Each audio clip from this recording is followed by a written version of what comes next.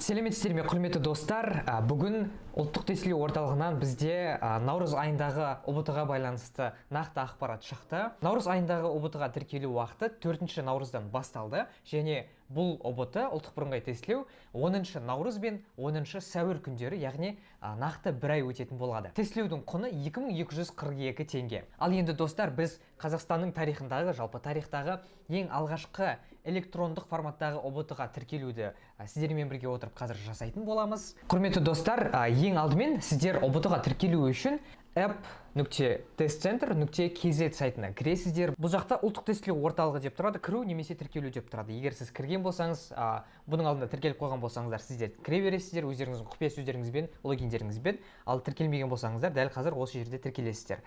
Мен бұл жерде тіркелу батырмасын бастым, өзімнің электрондық поштамды енгіздім. Маған электрондық поштамды растау үшін маған электрондық хат келген болатын. Мен сол хаттың сілтемесі арқылы өттім және маған міне осындай бет шығады. Сәлеметсіздер ме? Тіркелу барысында осы мекен-жай көрсетілді, яғни осы электрондық мекен-жай. Мен естеріңізде болсын, сіздерде дәл осы мекен-жай ұбт-ның басынан жалпы соңына дейін дәл осы электрондық поштамен жүрулеріңіз қажет болады. Келесі бізде пайдаланушы аты, яғни сіздің логин, өзіңіздің электрондық поштаңыз болады және келесі құпия сөзді осындай сан ретінде көрсетіледі. Одан кейін сіз шығып, жаңадан кіріп, жаңағы app.testcenter.kz сайтына қайтадан кіріп, өзіңіздің логин және парольдарыңызды енгізесіз, яғни құпия сөзіңізді енгізесіз. Енді енгізген кезде бізде мынандай сайт шығады, яғни ұлттық тестілеу орталығы деп жоғары жағында жазылып тұр. Жеке мәліметтеріңізді енгізуді өтінеміз дейді. Мына жерде сіз өзіңіздің ЖСН-іңізді енгізесіз. Ең алдымен сіз өзіңіздің ЖСН-іңізді, яғни иін соны енгізесіз және қараңыздар, оң жақ батырманы басасыздар, яғни лупа тұр, поисктің.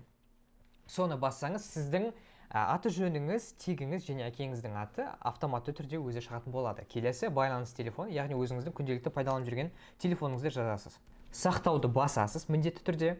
Осы кезде өтініш берудің беті шығады, яғни сол сайт шығады. Бұл жерде сіздер жайлы барлық ақпараттар толтырылып тұр автоматты түрде. Енді сіз мына жерде жоғары жағында тұрған өтініш беру деген батырманы басасыз. Келесі тестілеудің түрін таңдайсыз. Бұл бізде ұлттық бірыңғай тестілеу. Соны таңдайсыз. Енді қараңыздар достар, мына жерде бізде екі категория, екі таңдау шығады. Біріншісі ол мектеп бітіруші түлектер, яғни 11 немесе 12 сыныптың оқушылары.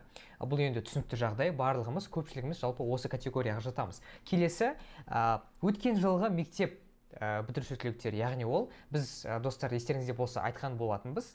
Егер сіз грант ұта алмай қалған жағдайда, егер сізде ақылы түрде оқуға жағдай болмаса, сіз бір жыл демалып алсаңыз болады. Бір жыл бойы сіз ұбт-ға дайындалып, сол келесі жылы ұбт-ны тапсырып, уже грант ұтып алып, осылай оқуға түссеңіз болады деген болатынбыз. Жалпы осындай да нұсқа бар, вариант бар.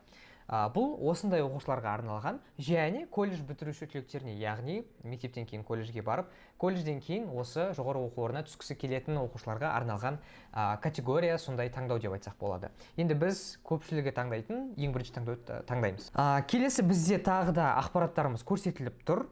Бұл жерде сіз мынадай нәрселерді таңдайсыз. Қалғанның барлығы сізде автоматты түрде шығып тұр. Енді халықаралық сертификаты дейді, яғни сіз IELTS немесе TOEFL деген емтихандарды, экзамендерді тапсырған болсаңыз, өзіңіздің нәтижеңізді осы жерге жазып қойсаңыз болады. Ал егер болмаса, жоқ деп қала береді. Өзіңіздің мектебіңізді таңдайсыз. Келесі, бейіндік пәндерді таңдаңыз. Яғни осы жерде сіз өзіңіздің ұбт-дан тапсыратын екі бейіндік пәніңізді осы жерден таңдап аласыз. Мысалы, біз математика және география деп жазып көрейік. Тестте тапсыру тілін таңдаңыз. Яғни сіз өзіңізге ыңғайлы тілмен тапсыра аласыз. Қазір мынандай жоқ.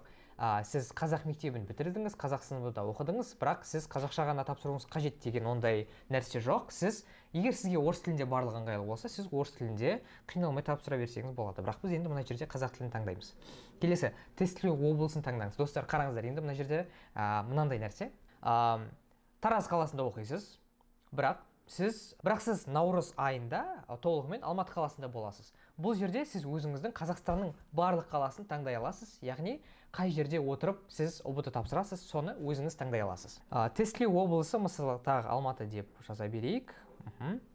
Былай, осылай таңдай берейік. Яғни достар, сіздер тестілеудің уақытын да өздеріңіз таңдай аласыздар. Мысалы, мына жерде қарасақ, 9-дан бастап. Бұл жерде достар, сіз өзіңізге ыңғайлы, өзіңізге қолайлы уақытты таңдай аласыз. Екі таңдау бар. Және мына жерде өте ыңғайлысы, сіз қанша бос орынның қалғанын көре аласыз. Мысалы біз 25 наурыз күні сағат 9-да бізде 110 бос орын бар екен. Соны белгілеп көрейік. Өтініш беру келесі. Енді осы жерде сіз онлайн төлем жасауыңыз қажет болады. Достар, енді біз келесі төлем жасау деген қадамға өттік. Бұл жерде тағы да екі таңдау бар, екі вариант. Біріншісі Каспи қосымшасы, яғни барлығымызға ыңғайлы күнделікті қолданып жүрген Каспидің приложениесі. Және одан кейін онлайн режимде төлеу. Бұл Каспиден бөлек басқа банктерге қатысты категория деп айтсақ болады. Енді осы жерде бізге Каспи ыңғайлы болған, бізге Каспи арқылы төлем жасауға болады. Мына жерде барлық нұсқаулық көрсетілген. Осыны мұқият оқып алыңыздар. Және осында айтылған қадамдардың барлығын бұлжытпай дұрыстап орындаңыздар. Төлемді жасайсыздар. Төлем қайталап айтамын 2242 теңге.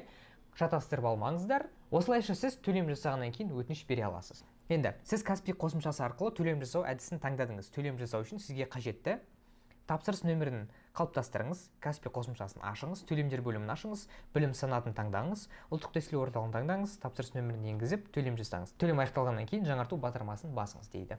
Тағы да ескертемін, ұбт-ны тапсыру құны 2242 теңге.